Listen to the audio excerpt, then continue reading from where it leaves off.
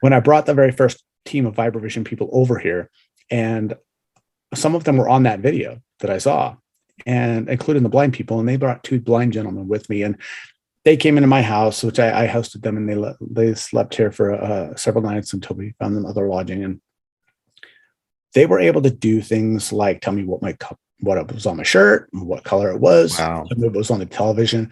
They walked in, scanned right through my cupboards, and knew exactly where all the dishes were, pulled them out, cooked us all dinner. And I'm just sitting here going, oh my God, this is real. This is really real. You can't fake that dude. That dude doesn't have irises or pupils. You can't fake that shit. So I knew that I was going to devote the rest of my life to making sure that I could help people through this, no matter what it took.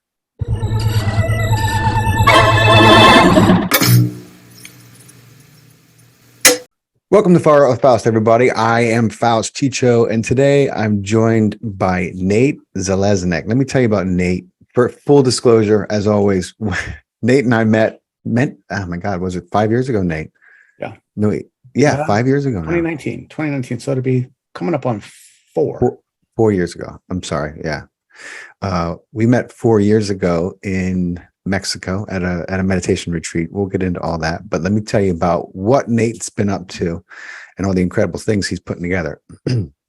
For 500 years, this Indonesian royal family guarded an incredible secret, and it's an energy-based martial art called Merpati Putih, and it's very, very powerful. It's the kind of stuff that these artists, martial artists, are doing things that you see in movies most of the time, or you're reading in comic books. And these are Indonesians. So 1999, Nate, a martial artist from rural Utah, learned of their existence, and him and his younger brother Mike embarked on a grueling 20-year journey to learn the secret techniques of this ancient martial art so that they could teach ordinary people how to do superordinary things. And so Nate's passion is bringing this incredibly acute and uncanny sense of awareness to the people here in the United States, specifically to people who have, for whatever reason, lost their ability to see, not just literally, but first and foremost, literally blind people. But also this is a mindfulness and a very spiritual journey. And so Nate is CEO of Vibravision, right? And you guys are going to be hearing a lot more about Vibravision in the months to come, because I am signed up to be taking a week-long intensive training course with Nate and his brother to dive face first into all of this awesome stuff. Nate's been featured in an incredible award-winning documentary called Superhuman: The Invisible Made Visible.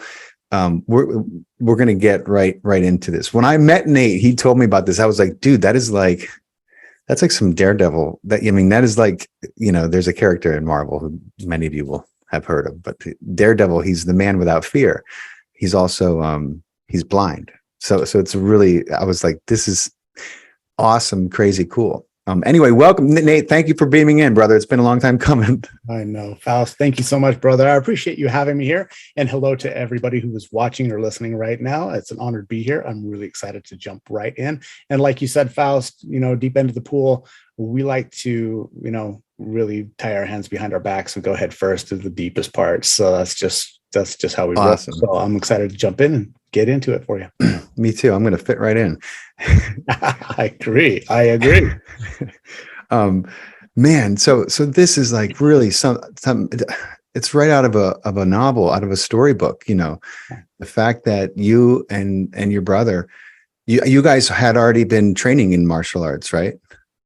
I had been training since I was about 17 years old, off and on. Now, right. My brother, Mike, oh boy, once he got a taste, well, let me just pre-frame this back to when we were like 5, when I was about 8 and Mike was about 5. We saw our first ninja movie. Oh boy. We saw Star Wars, and we wanted to be nothing else other than ninjas. Yeah. Both ninjas and Jedis. I mean, it was amazing. We wanted all the superpowers and all the martial arts on top of it. Well, growing up in rural Utah, we had very limited opportunity to train in the martial arts, meaning none, other than on each other. So we grew up that way, throwing ninja stars and hitting each other with sticks and watching Bruce Lee movies and ninja movies and trying to emulate those moves on each other. It's a thing. And I know, I get it. I have a twin brother. Believe me, I get it. Yeah, right. And so I started training in freestyle karate when I was 17, and Mike joined that same dojo about 2 weeks later. And he went, like I said, face first, hands behind the back, into it 100% with everything. He lived in the dojo. Like literally, he would come and live and sleep there and train and go to high school and train and go. I mean, he spent as much time at the dojo as he did at home. And so he wound up being an undefeated fighting competitor here in Utah for 6 years. And he did a lot of things in the martial arts realm, earned numerous black belts. And then we found Merpati Putih and everything changed, because it's not like anything he'd ever seen, not like anything I'd ever seen. It's not like anything anybody has ever seen. And so we're really honored that we get to bring this to the Western world, because even in Indonesia right now, they still do not allow the training of non-Indonesian people. It's still forbidden, even though there's over 1 million people that have been trained. And for people that don't know about Indonesia, it's the third most populous country in the world. Oh, wow. I didn't even know that. China, Indonesia, United States. So it's much larger than the United States too. But most people just know that, oh, I have some clothes that were made there, but they don't understand what a rich history and what an amazing but massive place Indonesia is, and what they have there, especially in the martial arts realm. There's more systems of martial arts there than anywhere else in the world by far. Wow, I didn't know that, and I'm a huge fan of martial arts, and that's incredible. How did you become aware of the existence of this? Okay, so that takes us on a journey of what I like to call a synchrodestiny, where something happens and it's not just a synchronicity that like, wow, that was neat and I better pay attention to the signs. It's something that changes the whole course of your entire life. That happened for me back in 1998, where being a martial artist, I subscribed to Black Belt magazine, and I really saw, I saw an ad in Black Belt magazine that guaranteed inner power in 2 weeks, or I got my money back, and I was like, hell yeah, in 2 weeks, or I get my money back. This is great. That's a good deal. Yeah, Shaolin Temple and live there for 30 years to be able to break a brick. Nice. So I ordered this. I ordered this course, and it came with a little teeny weeny pamphlet that's I don't know, like this thick, like nothing of value in there. However, it did come with the VHS tape.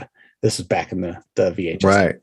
And when we watched this and we saw Indonesian martial arts, our jaws were on the floor, because there were people that were breaking stacks of steel. I mean, they weren't just breaking boards; they were breaking stacks like well pump handles, steel files, leaf springs from trucks. Wow. And not getting hurt. Stone, like just barely touching them. And then it showed people who were blindfolded. And these people were doing some amazing stuff. They were running through obstacle courses. They were riding motorcycles and driving cars through just daily Jakarta traffic, which anybody out there who's ever been to Southeast Asia and seen the way that they drive realize that's like 50-50 fatal proposition. Eyes open and you know how to drive. Yeah. Much less put on blindfold and do this. And it had people who were military people who were blindfolded and had hoods on, and they were shooting targets out of people's hands with guns. So I was like, this is pretty nuts.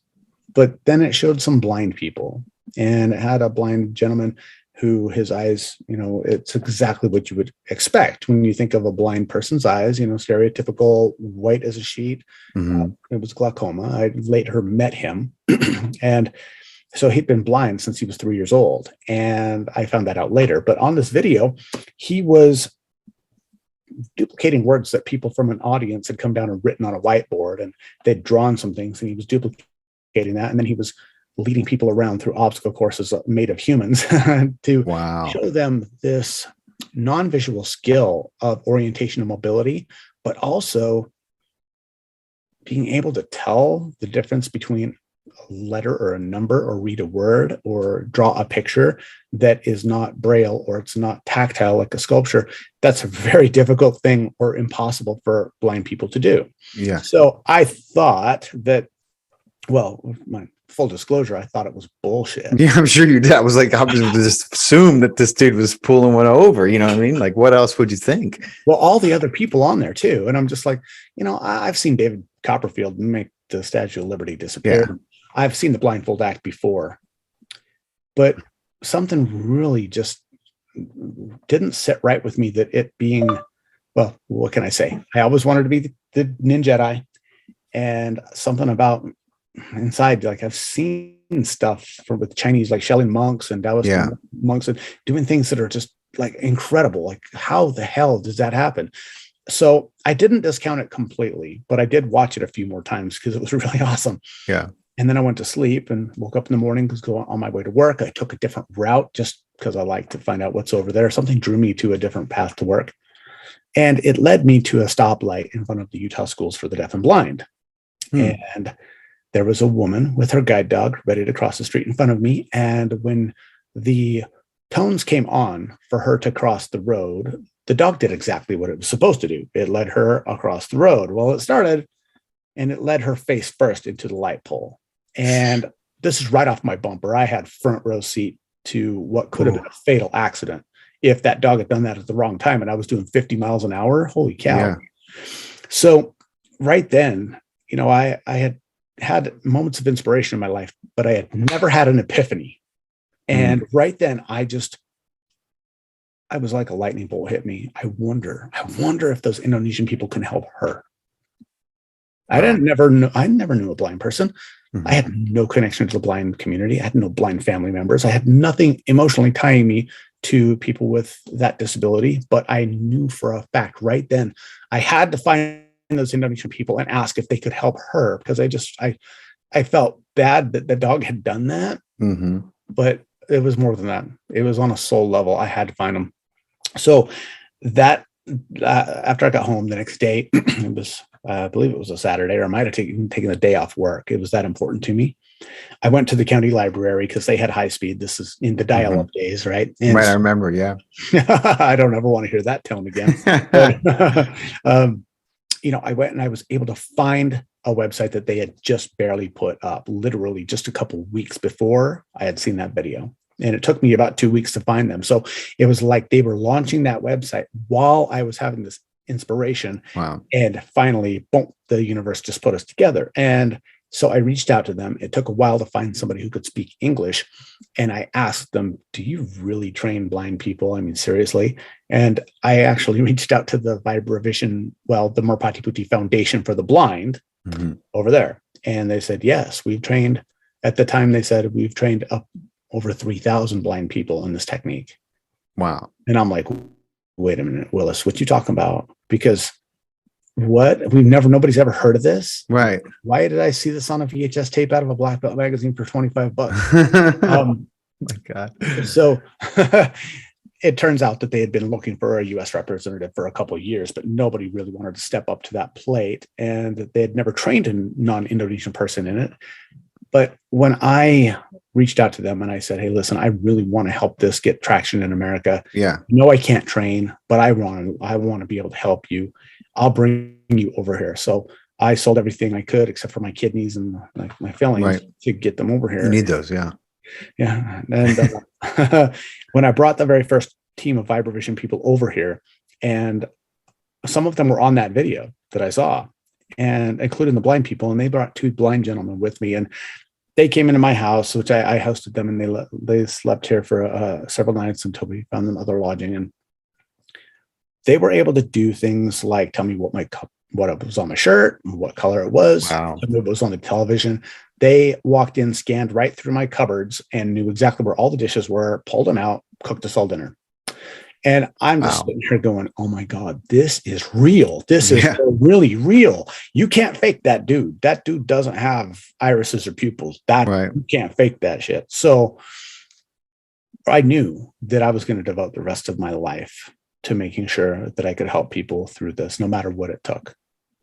So that's how we got started. And after that, they did demonstrations here for the Utah Schools for the Deaf and Blind. I was able to set up, all the news stations from Utah came in to do this, and cool. see us do a demonstration at Weber State University, my alma mater. And then I got to go to the Indonesian embassy in Washington, D.C., and have dinner with the Indonesian ambassador and his wife. And then when they first arrived, there was an Indonesian gentleman at the airport. And this is in the days before, 9/11. You go out to the jetway, out to the thing, and here's this Indonesian guy. And I start talking with him, and he's like, "My name's Dr. Heru." And I'm like, "Great to meet you." I was like, "Very nice to meet you." Yeah. And it turns out he was a speech pathologist getting his postdoc. He was You're like, sorry. Getting his degree at the University of Utah. So I started my whole entire career off feeling like a dumbass, but that subsided. And when they were leaving, the entire team, the contingent was leaving, they said, "Okay, Dr. Heru is going to be your trainer." Wow. Now, why that's relevant is they had done some demonstrations for Westerners before, but they had never allowed a non-Indonesian person to begin the training and go through the ranks as a Merpati Putih member. And so we started our training with him, and they said, "Hey, listen, if you're going to represent us, you need to know Yeah. And he didn't want to train us at all. He was like, nope, they're Westerners, not going to do it. And so the 11th generation royal family heirs, because this Merpati Putih system has a 500 plus year royal family lineage, passed father to son or to daughter, and then daughter to son, until us. Wow. But they did release it in 1963 to the Indonesian public during a period of very strong civil unrest and a coup d'etat where close to 500,000 people were killed by the government in about 6 months. And it's called the Indonesian genocide. So you can look it up on Google. It's a really, I definitely will. We have no frame of reference in our country for something like that. And so the Merpati Putih knowledge was released to the Indonesian people to help them realize the oneness of all of us, to help see this connection that when I hurt you, I hurt me. I'm actually hurting us. Like, it's not just a me. They were trying to stifle the conflict and the bloodshed, and also teach people a different way of defending themselves through martial arts, just in case they had to. So it was released for humanitarian reasons. And then Vibravision came later, and they started using that in the Indonesian Special Forces, which it's still in use today. Just the basic breath techniques, which people can even go to our website and learn a free exercise that is used in every branch of the Indonesian military. Every branch, it's standard, one of the standard trainings for them, for health reasons and energy reasons, immunity reasons, and stamina, and also lessening of stress reasons. Yeah, there's a big one right there. Hello, we have a problem in the United States with shootings, and police specifically, with police shootings, and every single one of them could have been avoided with a big old breathing technique, period. You know what I'm saying? We don't need protests. We need techniques that work. We need to train our police. This is common sense to me, but apparently I'm the only one thinking about it. No, I don't think you are. I think that it's just needs a critical mass until it becomes part of the collective consciousness, and people will look at that, say, I won't go off in this deep in this thing, but now, psychedelic therapy is curing PTSD and all kinds of trauma. And before, it was so stigmatized that this is your brain on drugs, and it's really not your brain on drugs. It's, how about that? The thing that said was going to rot your brain is the thing that is saving people's lives now. Look at that. I wonder why it was made illegal for so many years. Well, that's a different podcast. That's another podcast. Oh, man. Those are my kind of podcasts, but we'll stick to we'll stick to the subject at hand, because I also know that, for the same reasons why they released this, when they did, that these kinds of conversations are going to be the key, to the 100th monkey effect, to enough people understanding, and gaining the realization and the techniques to help them gain that realization that we are all one, that there is no true separation. And once you experience that, man, it's, it's really hard to go back to. But so you so then all of a sudden you were packing your bags. Were you like, Mike, you're coming with me? Were you, did you tell your bro you're like, you want to go? I mean, and then you were going to, this is so crazy, man. They could make a film out of this. It'll make a hell of a movie someday. What was kind of the first thing that they were like, okay, before the first baby step you had to take to begin to access this? Oh, that's a great question. So we actually did most of our training, actually all of our training here in Utah until 2005, because Dr. Heru was a former special forces trainer for Merpati Putih in Indonesia before he came here, before he immigrated here to get his postdoctoral master's in speech pathology, right? So he did not want us to train. He was like, nope. And the 11th generation heirs asked him, like, as I mentioned before, please, we want these people to be the first people to help us take this to the world. And he's like, well, if they quit, it's not my fault. So he put us straight through the special forces type training. Of course, we weren't using, maps and missile launchers and but the actual physical training and the energetic training was straight out of the special forces playbook, because he wanted to break us. He wanted us to give up. And so that was his way of not going against the 11th generation heirs, but making sure that we weren't going to go along with this. He just didn't know who he was dealing with. And so as far as Mike training with me, I started off for about the first 2.5 weeks with Dr. Heru in Salt Lake City, just driving, it's about an hour each way. And then Mike didn't really want much to do with martial arts again. He was like burned out. He'd been doing it for years and years and years and years and years daily. And so he's like, no, I don't know about this. And then once he really started to get that bug after seeing blind people and what he could really do to make a difference, then he came on board, and we started training and advancing through the ranks in half the time, not half the speed. That'd be twice the time, half the time as is allowed in Indonesia, because they wanted to put us through this advanced training regimen. But we also had a lot of experience in martial arts before. So it was kind of like going from a mountain bike to a road bike. Okay, we're riding a bike.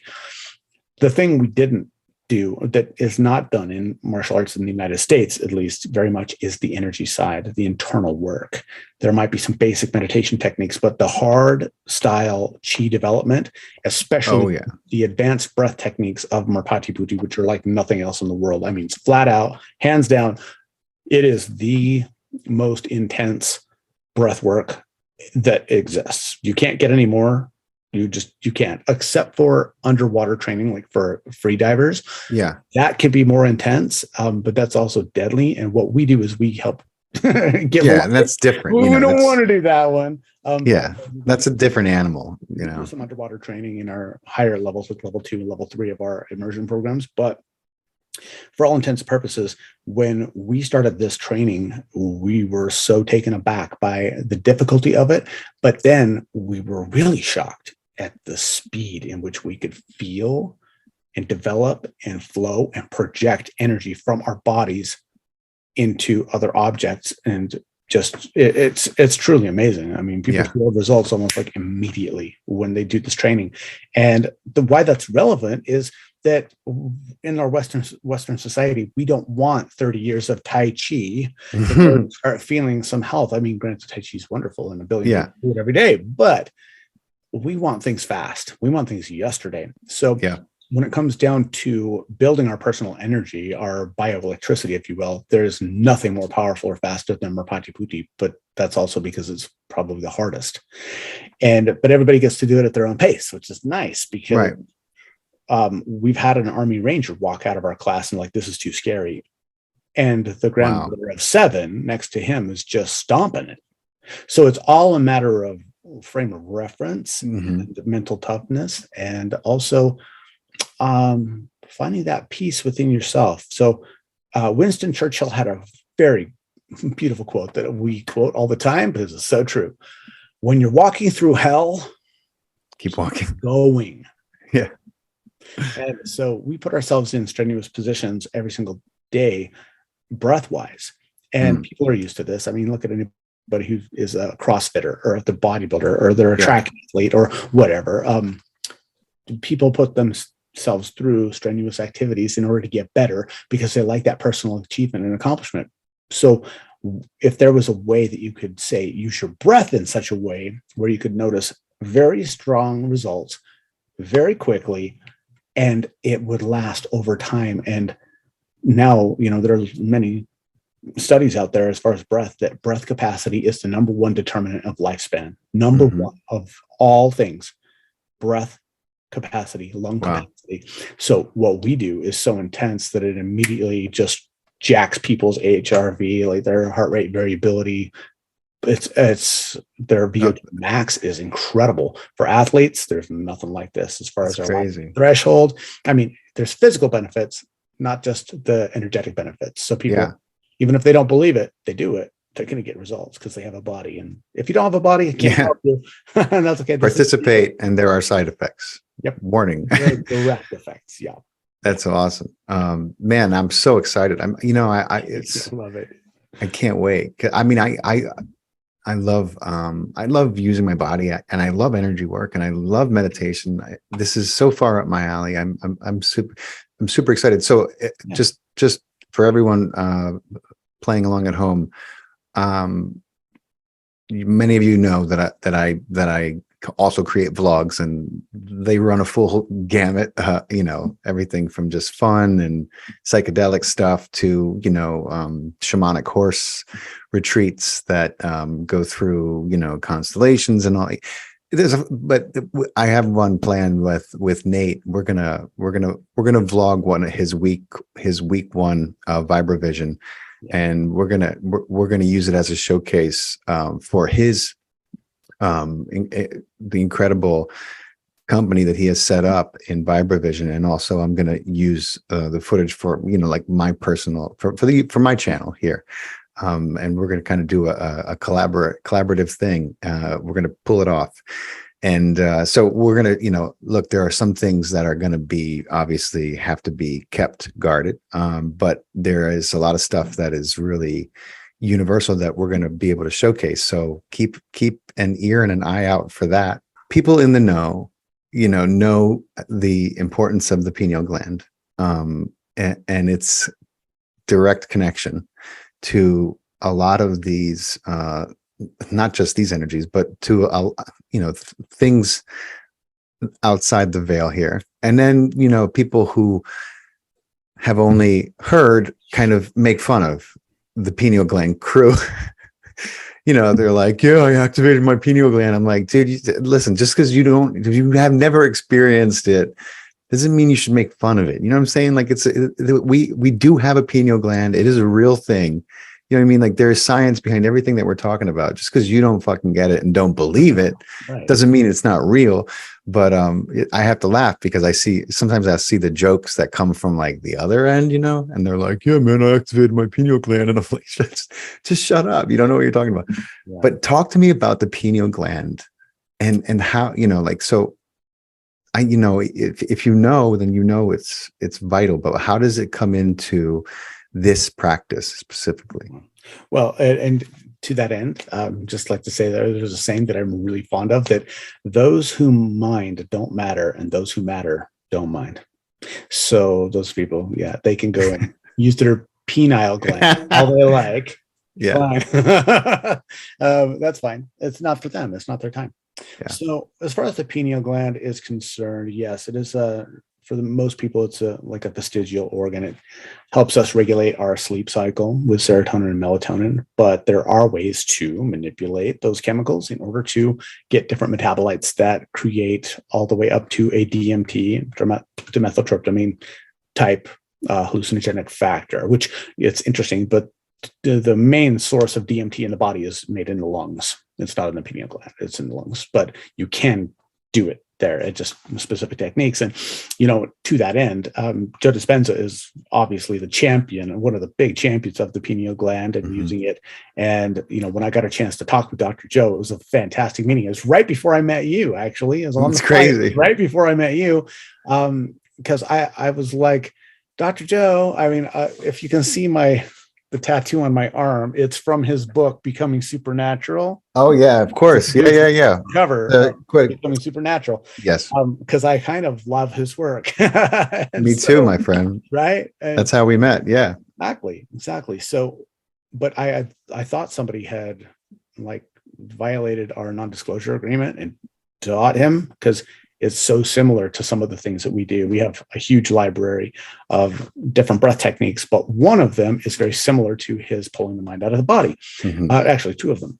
And so I was like, who taught you that?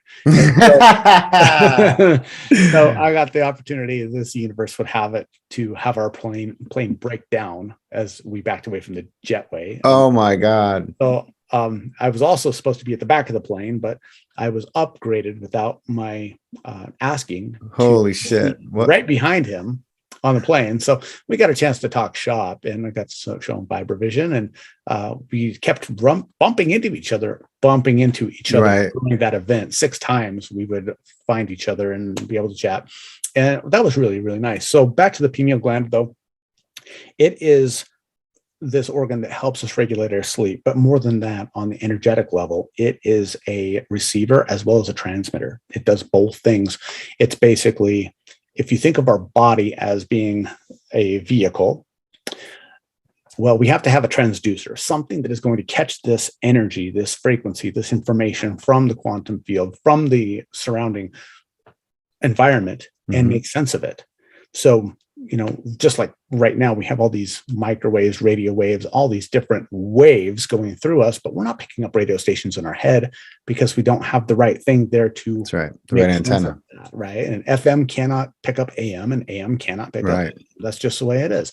Well, our pineal gland has the ability, and we have the ability to tune our receiver and our transducer to pick up these signals and turn them into something usable. So our subconscious mind is receiving upwards of 40 to 50 billion bits of information per second. Excuse me, upwards of 40 billion bits of information per second in our subconscious. But our conscious mind can only process between 40 to 50 bits per second. 40 to 50, that's it. Upwards of 120 when we're in a life or death situation and time slows down, we're processing, 3 times the normal. Right. Nothing. We're processing, we're actually able to perceive 1 billionth that's coming to us every single second.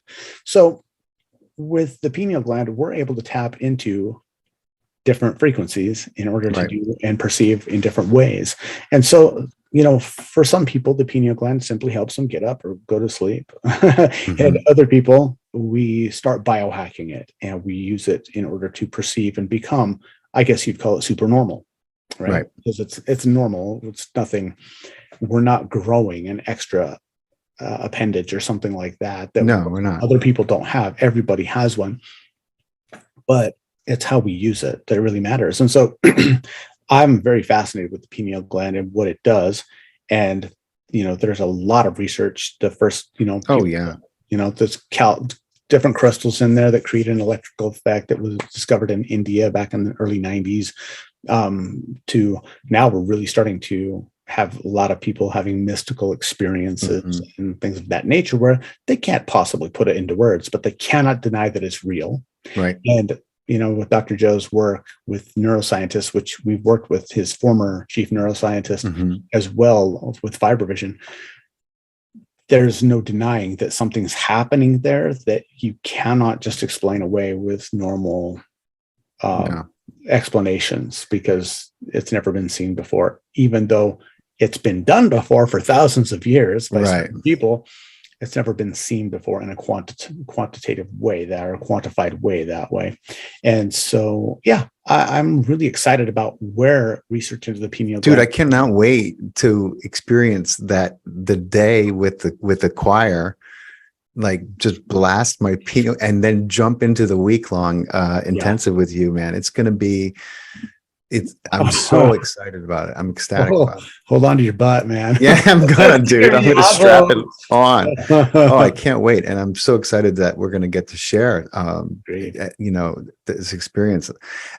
with the world. It's just it's incredible. We're going to share everything we can without violating the oath that Nate took to the royal family. So it's, but I still think it's we're going to have a blast. And I mean, man, I saw a video of Dr. Todd, and of course I'm sure he took right to this, because he's, what I mean? He's just, you could just tell that this is so far up his alley. I saw videos, and he made it a point that like, he was like, I was really good.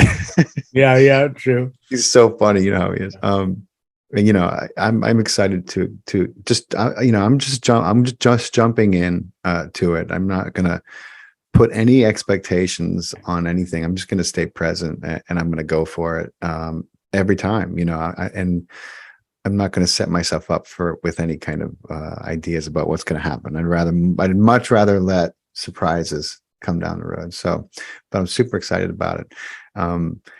That's what flow states are, everybody. You know what I'm saying? Like that's what makes people who experience flow states, like they do all these incredible things. It's because they're in full, they're not conscious of their access, but that access has become dominant. When you see those videos of Michael Jordan, and he can't miss, and his tongue is out, and he's just in a state of joy playing the game that he loves, completely what they would call unconscious, is because that is the part of his mind that is running the show.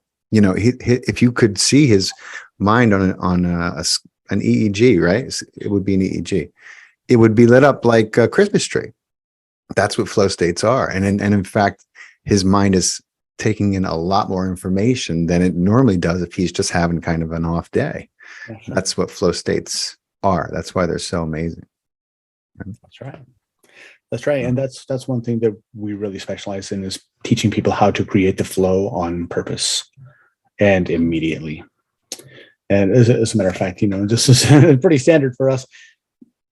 As a martial arts instructor, a lot of people think that it's jumping around in pajamas, but it's not. Or being in a cage and beating people up for money, but it's not.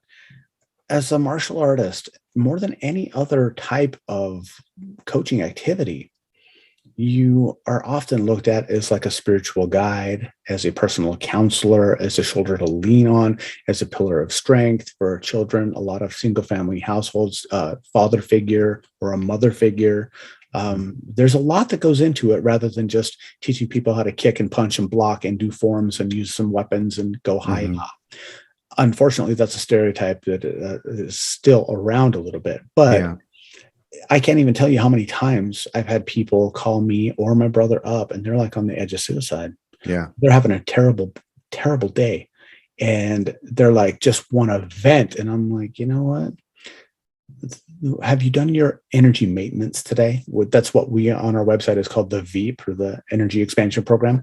Have you done that today? No. I'm like, call me back when you have. Click. They call back. Thank you so much, Mas.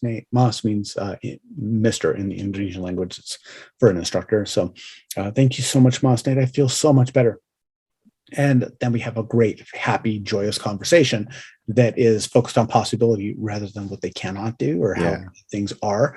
But it's amazing within 5 minutes to be able to totally shift your paradigm of your life, mentally, emotionally, physically, spiritually, energetically. I mean, all of the Lees, it changes everything.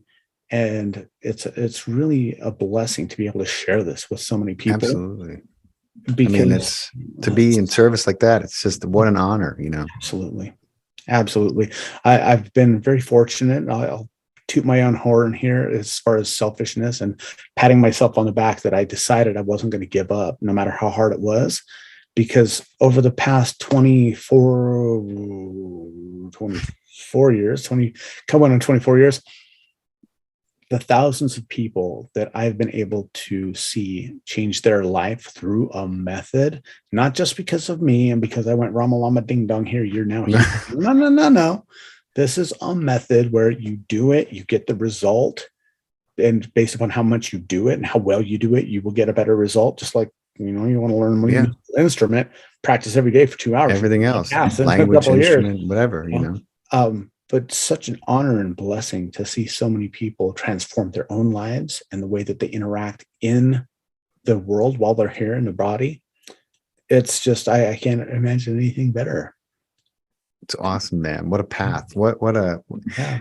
such a unique path that you and your bro have taken. And dude, like, you know, I'm gonna show you guys, I'm gonna probably insert a few clips for you guys to get an idea of some of the results that some of the people who are blind who have gotten working with Nate and his bro, and you're not going to believe it's real. You're going to watch it and you're going to think, okay, this is bullshit.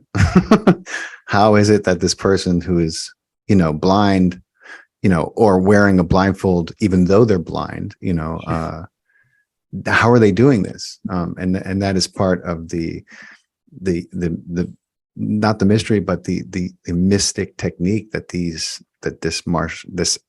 I want to say martial art, because at its core that's what it was, but it's, you know, that's what these techniques allow for, the sensitivity of. It's a greater, I think, all around sensitivity. And for people who are missing this kind of main sensor that we have as our sight, I mean, it has to manifest itself somehow. I'd love for you to talk a little more about that, Nate, about some of the, man, I've seen some testimony, you know, of people who have gone through, and it's just, it's really unbelievable. I'm surprised that you haven't got more, you know, attention than you have, but given the state of the world we live in, I guess it's not that surprising. People are very distracted. Well, we're getting there. We're getting, yeah. You know, 20 something years ago, breathwork wasn't really talked about that True. much. Meditation was, you know, back with the Beatles, Maharishi Mahesh Yogi and Paramahansa Yogananda, and let's do transcendental meditation. But it wasn't really until studies started coming out showing the link between mental health and meditation or yoga, things like this, showing that you can actually change the shape of your brain through different types of meditation. Not all meditation is created equal. No, it's definitely been not. shown the morphology of the brain actually changes depending on how your meditation is done. So ours is specific. It's very, there's a lot of different kinds, but when it comes down to this ability to help people perceive in different ways, it's not just about seeing without your eyes. That is actually one of the smallest things. This is what I get asked a lot. Oh man, why don't you go to Vegas and just clean house? Like, well, okay, and that's a valid question. That is a very valid question. I was just in Vegas last week, and but I don't gamble. I'm like, I was there on a spiritual and a healing for other people retreat, but that's a lower level of consciousness of just trying to get. And so really part of the Merpati Putih ethos is, what can I give? How can I have integrity and compassion? How can I build my self-confidence and the self-confidence of others? How can I be in harmony with nature and my surrounding environment? And how can I use all of these things to live the very best life that I can while I get the chance to do this on the planet? It's not, there's no dogma, there's no sectarian type of thought. It's just a way of thinking that as we expand our awareness more and we start to really feel our connection with everything around us, a lot of the time, the things that we thought were important, we start seeing things from the 50,000 foot view, and they don't have the same weight.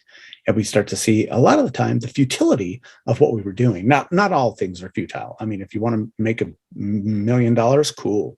I want to make millions of dollars. There's nothing wrong with that. It's a tool. It's just energy.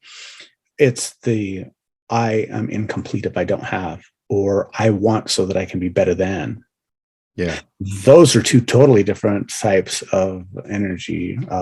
And so seeing without your eyes is a skill that some people naturally have and will develop.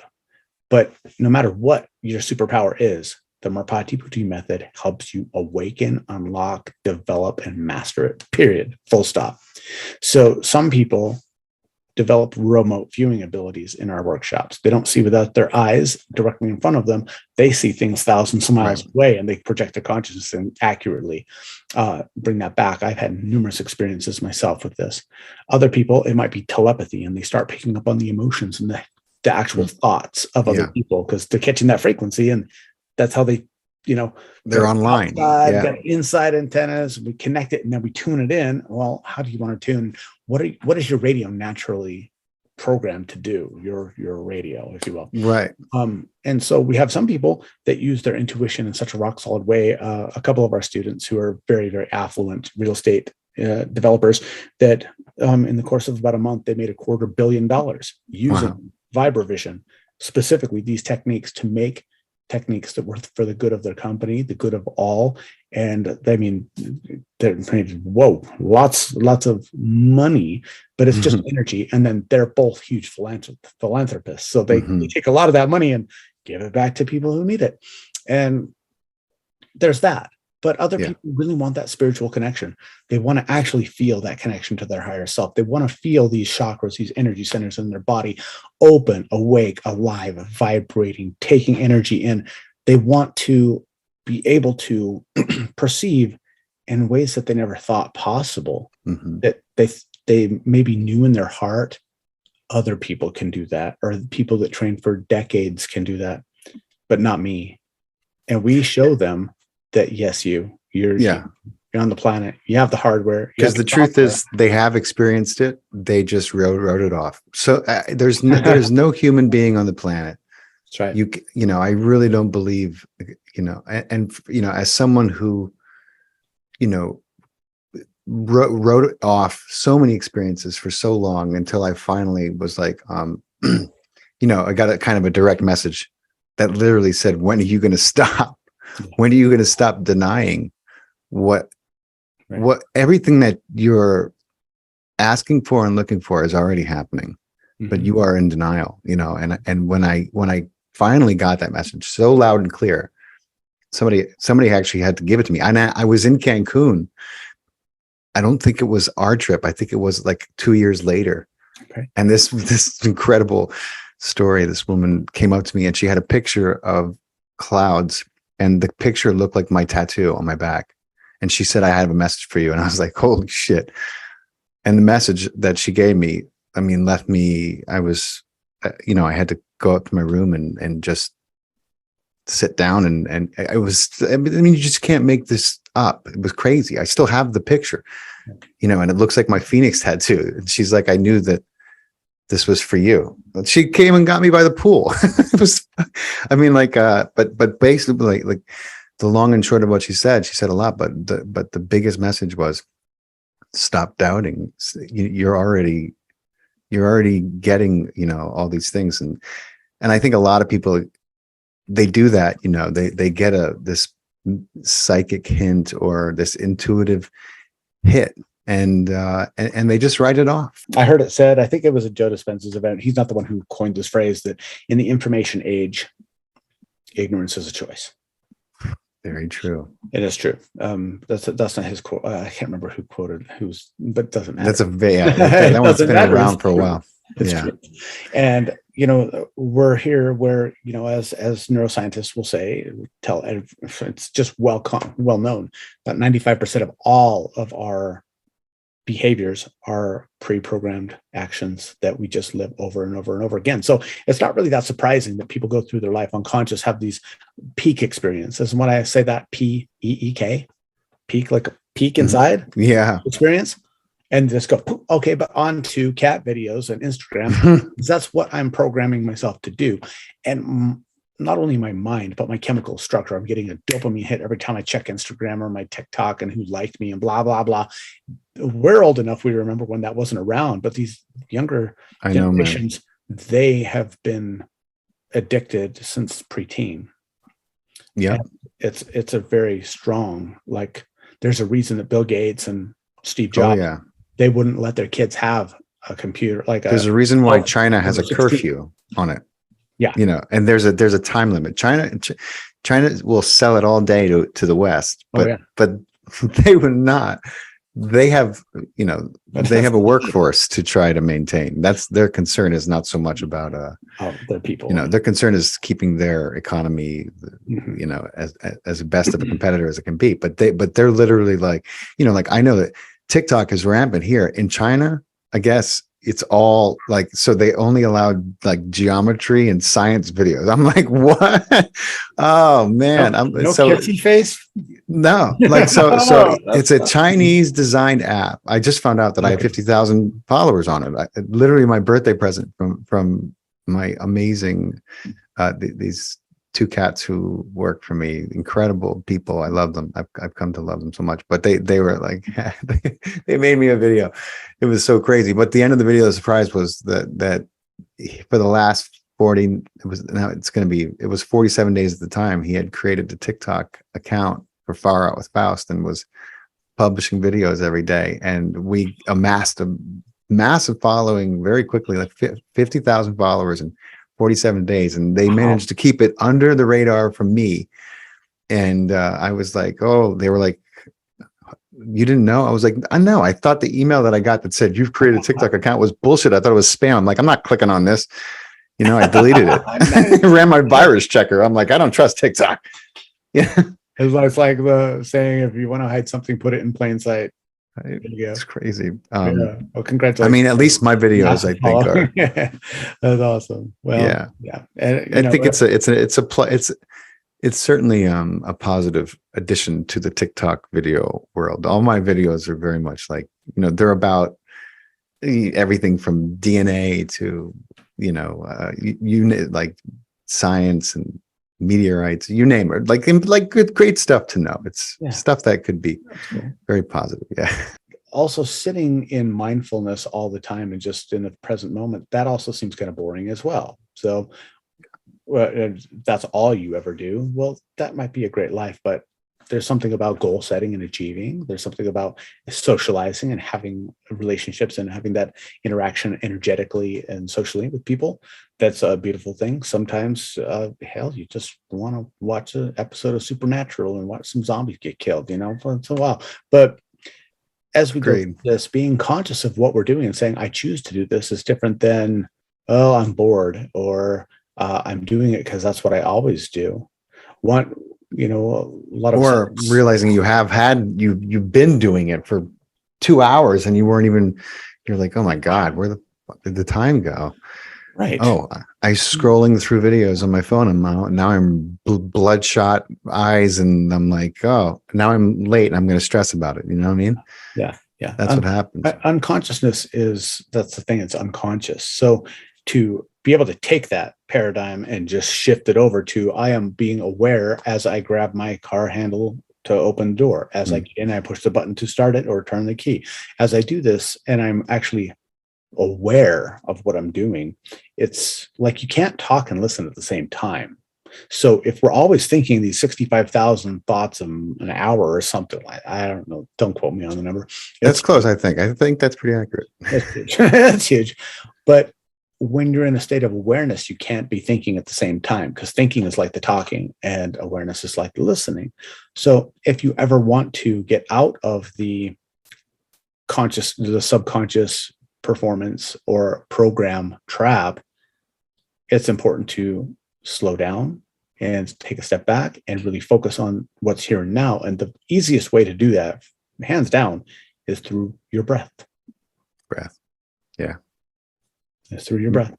Yeah. I mean, and that's where meditation begins and ends, with your breath, and we have a saying in acting, with every breath comes salvation. I had my voice teacher of yesteryear taught me that, because of course what happens when people get up in front of other people, their fight or flight kicks in and they're like, they're not, I'm like, dude, you're never going to relax if you don't breathe. But we do that in life and situations. The moment things get tense, we start holding our breath. I don't know how that kind of evolutionary tick got into the consciousness, or the programming of people, but it's so anti-productive, like counterproductive, True, absolutely. Well, and if you look at, say, Qigong, Chinese energy work, Qi is breath, kung is work. So it literally means breath work. Pranayama or pranayam, it means vital life force, but prana also means air. Yeah. So we get that from the air. And so much of the time we take 29,000 breaths or something like that per day. Yeah. And we're usually only ever conscious of them when we're out of breath. We have an asthma attack. We're in some places smells bad. Yeah. Or we consciously. Or we're, yeah. Yeah. The craziest times, Yeah. Yeah. Like, damn, I'm out of shape. There's that. Yeah. There's that. And, but also if we consciously go within and say, okay, how many breaths, how few breaths can I take in a minute? Can I have 3 breaths a minute? Can I have 2 breaths a minute? Is it possible for me to only breathe once per minute, which is that's a challenge. Yeah. I encourage anybody listening or watching to take that one on. See if you can go for 5 minutes breathing only once a minute. That's an awesome challenge. Man, that's super hard, but the world record for breath holding is over 23 minutes. Wow. That's like a dolphin. Yeah. Some dolphins would be like, damn. I know, right? That's a lot. I really believe in the power of the human body, and this technology we've been blessed with. And I talk a lot about ETs and about this hybrid DNA that we have, and how we're this incredible unfurling experiment that is still, very much in a young stage, and that what this body looks like, in 10,000 years, 50,000 years, 1,000,000 years is going to be something very different than it is now. But it's just incredible to me. We have so much capacity to affect our bodies. I had this, God, he was a researcher. His name was Johan. He was on my podcast maybe about 10 episodes ago, but he told me a story about Fifi, the giraffe. And he said, don't you know how Fifi, I'm going to sum it up for you in 30 seconds if I can. Don't you know how Fifi got how tall she got? And I'm like, no, tell me the story of Fifi. And he said, Fifi knew that she needed the branches that were higher up. And so that need, that desire, coupled with her survival programming, it caused an evolutionary leap in the giraffe that used to look a lot like the rest of the animals, and now has there's no animal that competes with the giraffe for its food. It is by far the tallest, and its size makes it, it has no natural predators when it's an adult. I mean, once in a while you see these crazy videos of like a pack of lions trying to tackle the giraffe, but those lions have lost their mind because of drought and because of starvation, and they don't succeed usually. They usually get their jaws broken. It's true. Well, and to that point, we think about the frequency following response of our genetic code, where people who are fans of Dr. Bruce Lipton, the biology belief, et cetera, all his stuff with the epigenetics, he's the father of epigenetic study, that only about 5% of our genetic code is not malleable, meaning that if somebody was born without a leg, they don't have a leg. They don't have the genetics to have that leg, period. That's it. They just don't have that leg. But all other genetic markers can be affected by the environment. Yeah. And the first place, because we live in a holographic universe, the first place that we can start to affect that environment is through our thoughts, and especially through our feelings, because our feelings also lead to chemical changes in our body of the 1,400 plus chemicals that are produced every time we have a freaking thought. Well, those things, that your mind is the environment, because the universe, right. If for the people that follow the Hermetic principles, the universe is mental. The entire universe is mental. Mm-hmm. And according to physics, just normal physics, we don't even freaking exist. We're like 0.0000001% solid matter or something like that, where the space in between the nucleus of an atom and the electrons is in relation to the size of those items, about the same as the distance from the Earth to the moon.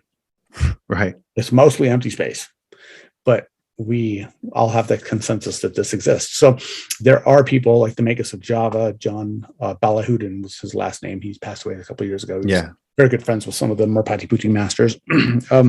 But he was able to do things like there's a video of him pushing a chopstick through a solid table. Just wow. I didn't see that. I saw the video of him lighting the trash on fire for fun, but yeah. And there are Shaolin monks that do that as well through techniques that I guess it's funny because right before he does that, you see him you see him go, he takes a sharp intake of breath before you see him pushing on. Which, just as an aside for everybody out there that has read the Magus of Java and has wondered, well, what are the techniques that you use to do that? I have one of the manuals for the level 2 of their system, and the movements are exactly the same as our energy expansion program on our thing. So they came from different lineages for sure. His was from China. The Merpati Putih one was from Java, but came originally from India. That's why there's so many commonalities between Kundalini, Pranayama Yoga, and Kriya Yoga in the Merpati Putih system. It's like the best of all worlds. And that said, it's kind of like these certain motions help to align the circuitry in the body in such a way that energy flows more freely. And then you use the mind in order to control it. It's because the universe is mental. And we are the universe. It's going to go down a hell of a rabbit hole if I go on that one. So I'll stop. Oh man, it's so exciting to me because I know these things. You know what I mean? Like I've begun to experience the truth of just those statements that you just made. You know, in meditation, in ceremony, you know, in healing circles, and in through coherence healings, you know, it is palpable, truly palpable, and you know, beginning to use the body in a way that moves energy.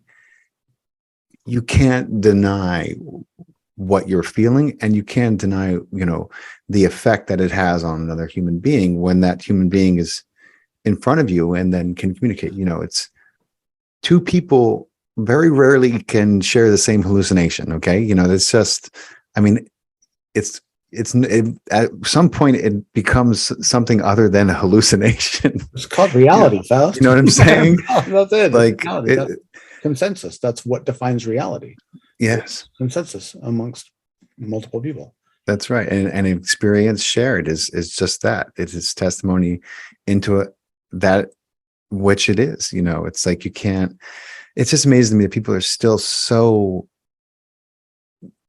They're like white knuckling this material notion of reality still, and I guess, you know, look, there's people who insist that the Earth is flat, and I tell them that for you maybe it is. You know, I mean, who am I to deny your experience? But I'm wondering what's going to happen when these alien beings actually make full contact. Dude, I can't wait. Publicly.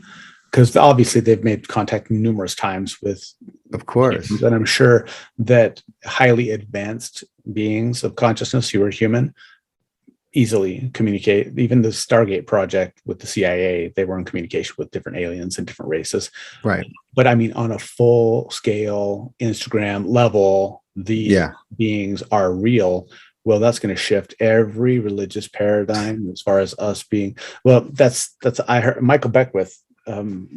He had a wonderful quote that we were created in God's image, and then we created him in ours. We loved him so much, we created him in ours. And it's like, I'm paraphrasing there, by the way, but that's exactly what he said. That's the paradox, and it's true. Yeah, it's true. And you know, there's a wonderful documentary. It's a short film called The Egg, if you've ever seen it. And that's my cat. Hey buddy. Hi. And he wants to chime in. He's like, hey, I saw The Egg. He's like, So the egg, it's 8 minutes long, and it's based on the Brahmi text from the Hindu tradition. But it basically says that we are every single human, every single thing, every single atom, and we are experiencing all of this so that we can grow up and become a being of consciousness of such vast experience and knowledge that we create our own universe and we become God, the God that creates an entirely new universe of all things. And that our God is one of infinite numbers of infinite number of gods that created infinite number of universes, and it just goes and at infinitum, literally ad infinitum in both directions. And so it just blows your mind because it's completely not useful to us. I mean, it's just so it's so big and so incredibly and beautifully vast. Right. It's really not quite meant to be comprehended. So you've already taken the conversation far out, Nate. Yeah, I just want to go a little farther out. You're reading my mind anyway. But I'm wondering if you would speak to maybe some of the more farther out experiences you've had. Okay. Well, yeah, great. Thanks for asking. So first of all, I just preface this that I started having out-of-body experiences spontaneously when I was about 12 or 13 years old. I didn't remember the date. I remember it's in that date range. And I thought that there was something wrong with me where I would leave my body. I would see my body while it was asleep, or I would travel out through the roof. And a lot of kids do this. Actually, all people do this when we go to sleep and we have these amazing dreams. We're actually traveling. But I thought there was something wrong with me. So I started researching the out-of-body phenomenon when I finally got a driver's license when I was 16. And the first thing I ever bought with my own money after I got a job was a book on out-of-body experiences. And so I had been kind of tuned in to the non-physical or the non-locality of consciousness from an early age. And then in 2007, during one of our Merpati Putih tests, I had a near-death experience. I chose to come back into my body during the middle of the test. It was a carbon monoxide poisoning issue with the generators that they used to run the lights. And so that said, I didn't experience non-local or non-physical beings of consciousness through either of those things. However, I have seen 3 unidentified aerial phenomenon vehicles here just from my house here in Utah that were verified, like reported to the news. Right. Reported, like a bunch of people saw this.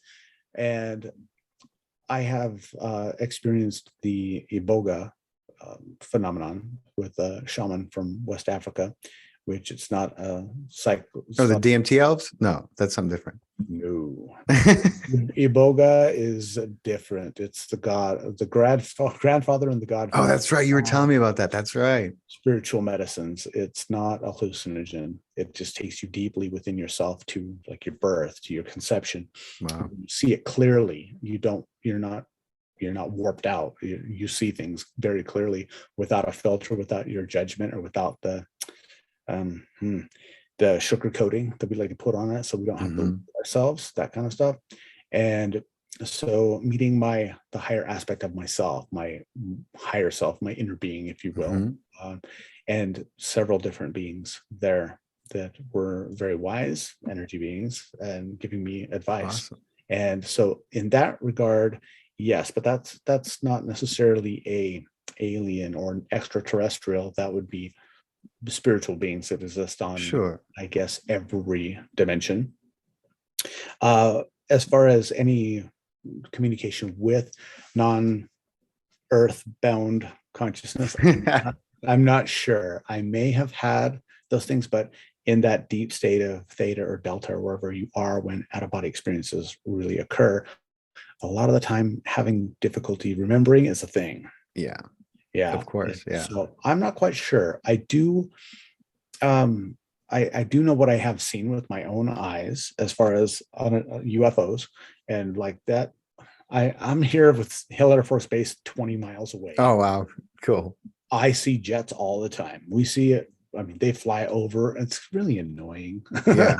I mean, I'm sure, dude. All day, so every day. Yeah. And that, that's a lot of activity and It is. But Yeah. when you're used to seeing them and then something behaves totally different, Right. like, no, as fast as that's moving and stopping, if that was human man, people would have splattered. I mean, you just jelly. G-force, yeah. Just the G-forces are incredible. And then to see them close enough where you see them dropping things out of them into the lake that's by my house and watching them fly and like drop things. And I'm like, is this a Predator movie? Are they going to come get us? I don't have the firepower for that. That's But hilarious. just having multiple people witness this with you. And then Yeah. just, what the hell did we just see? I don't know, but it stands to reason that we're definitely not alone. And now with the James Webb Telescope coming online and being able to see so much farther and so much more detailed than Hubble, and realizing that, with over 1 trillion galaxies that they estimate in the known universe, it's what, 93 billion light years across, trillion plus galaxies. All of them have hundreds of billions of stars. Forget about it. Exoplanets out there. Of course, we're the only ones here. It's absurd. It's absurd to even try. It's becoming absurd to even contemplate. Let alone the fact that now they can show you that is a statistic impossibility for all intents and purposes. Well, and if you're familiar with the Kardashev scale, we're still on a 0. I don't know if you. No, tell me what that scale is. No.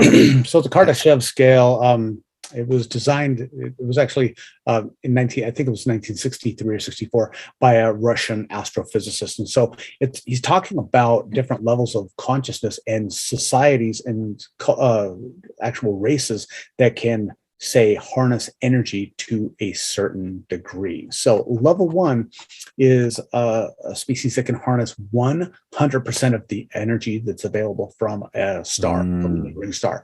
So we would have to increase our energy capacity to use and store from our sun. It'd have to be like 100,000 or 150,000 times what we are doing right now to even be a type 1. Right. We're a type 0. So yeah, now, a type 2 civilization can harness every bit of energy from a star, but without controlling it. They can actually control the energy of the star, but not deplete it. So, right. If a type 3, they would be able to go anywhere in the galaxy. Right. They're able to do that. They may not even be biological at that point. Right. Unless they want to be. Yeah, exactly. So type 4, I'm actually reading a little bit about it because they're like, these advanced races may live inside supermassive black holes. Wow. Whereas, they're safe there. yeah, right. They're beyond any type of physics that there is. And then type 5 would just be gods. Yeah. They can manipulate any part of the universe as they want. So cool. We're definitely not there. Even Jesus was not type 1. We're not there. But we're not supposed to be at this point in time because we're not. Right. And that's the when things happen that I'm just like, there's no way that possibly could have happened. That the chances are it happened, but the odds are 1 in 1 trillion, but the chances are 100% because it just happened. Yeah. Right. And so, like you were saying, with non-earth-bound life, whether it's physical or multidimensional, it's statistically impossible that it hasn't happened somewhere else in this universe. Right. Because we're a pretty young star. Young planet. I mean, I really think it's happening. Yeah, I don't know all around us. I don't know that it's Prometheus time with engineers that just go all over and they're the master race. I think there's probably hundreds or thousands of different species and races that are capable of interstellar, if not intergalactic travel. Because then you get into a whole totally different thing. To travel between galaxies is, the distance between galaxies is pretty vast. Oh yeah, it's vast. It's incredibly vast. And I know that we've replicated a lot of the technology that we've come upon over the last, 80 years, maybe even before. Yeah, they've done an amazing job of creating replicas that move, and create the kind of inertia that allows a human to move like that without ending up like a bug on a windshield. But one of the things that, of course, they haven't figured out, and they can't figure out, because that involves a level of consciousness that ties into the ship, which we have not achieved.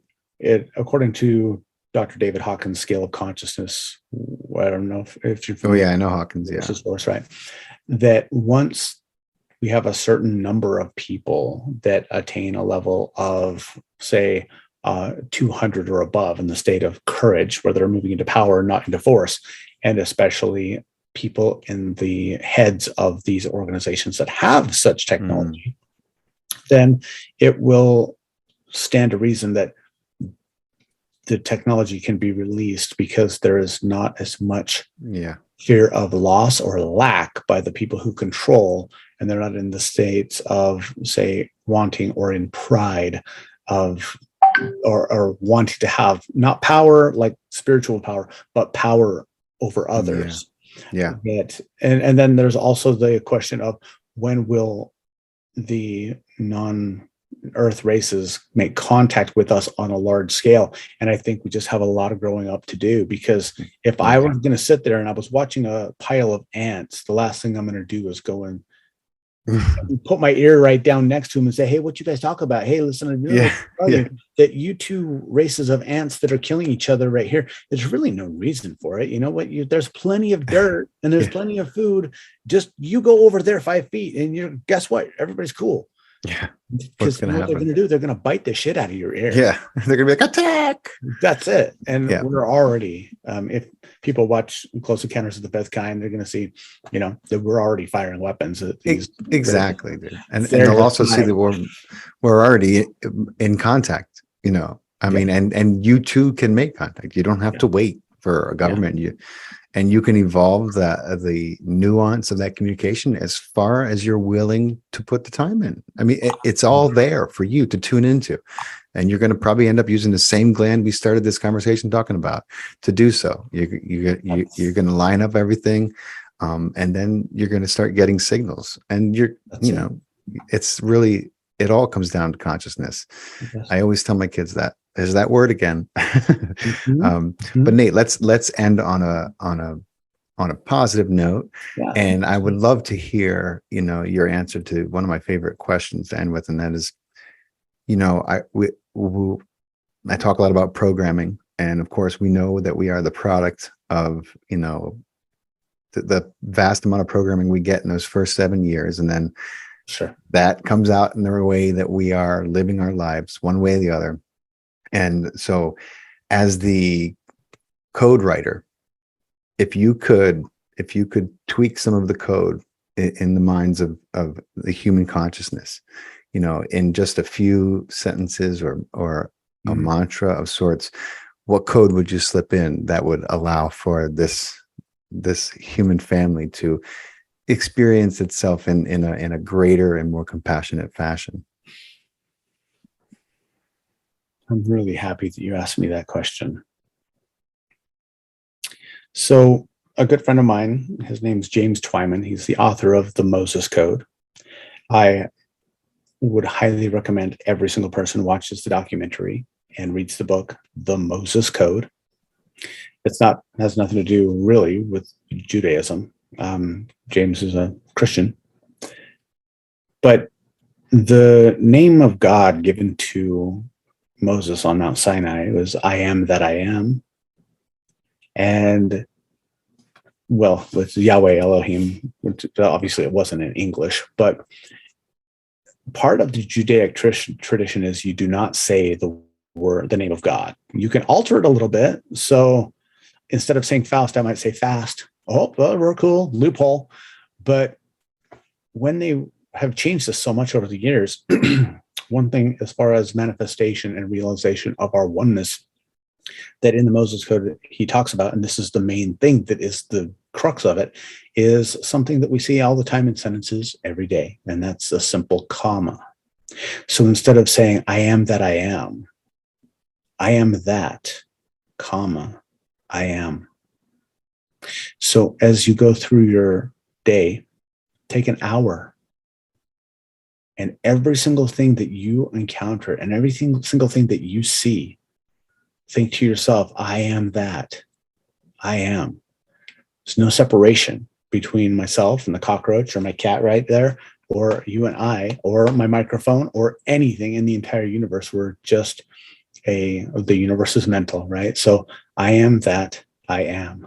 And as you do that, and you start to really feel into this common oneness of every single thing and being that there is, including the things we don't see, you start to feel this connection that you really are that you are.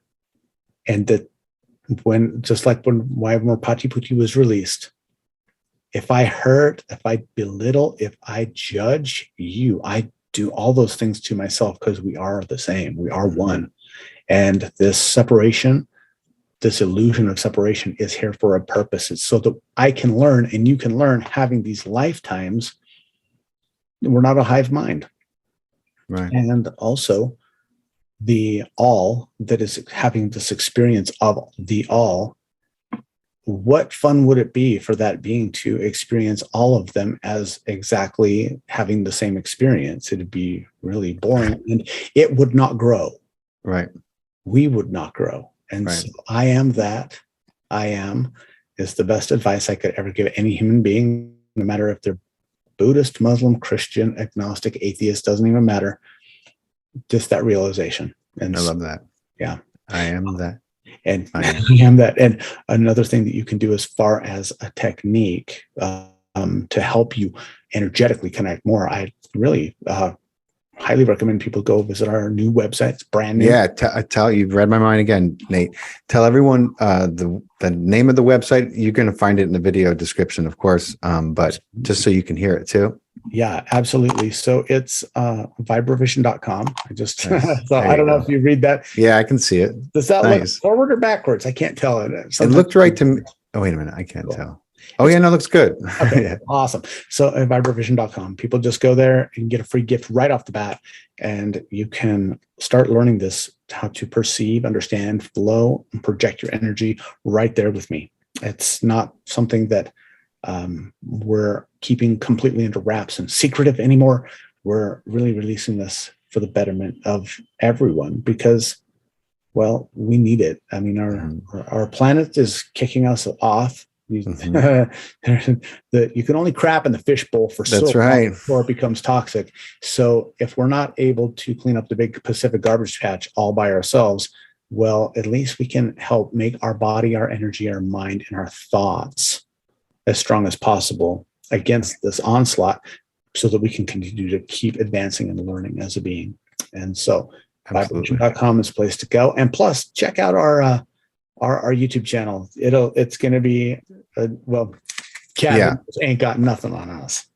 Check it out. We'll tag you when we get this video out there, and